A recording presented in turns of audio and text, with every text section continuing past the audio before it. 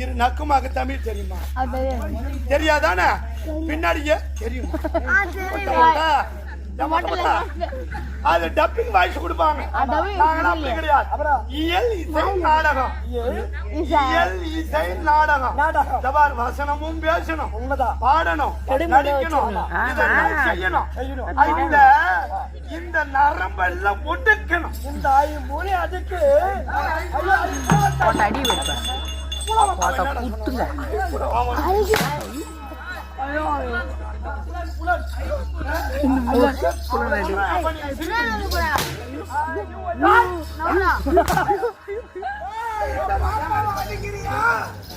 மாமா நான் உன்னை அடிச்சேன்.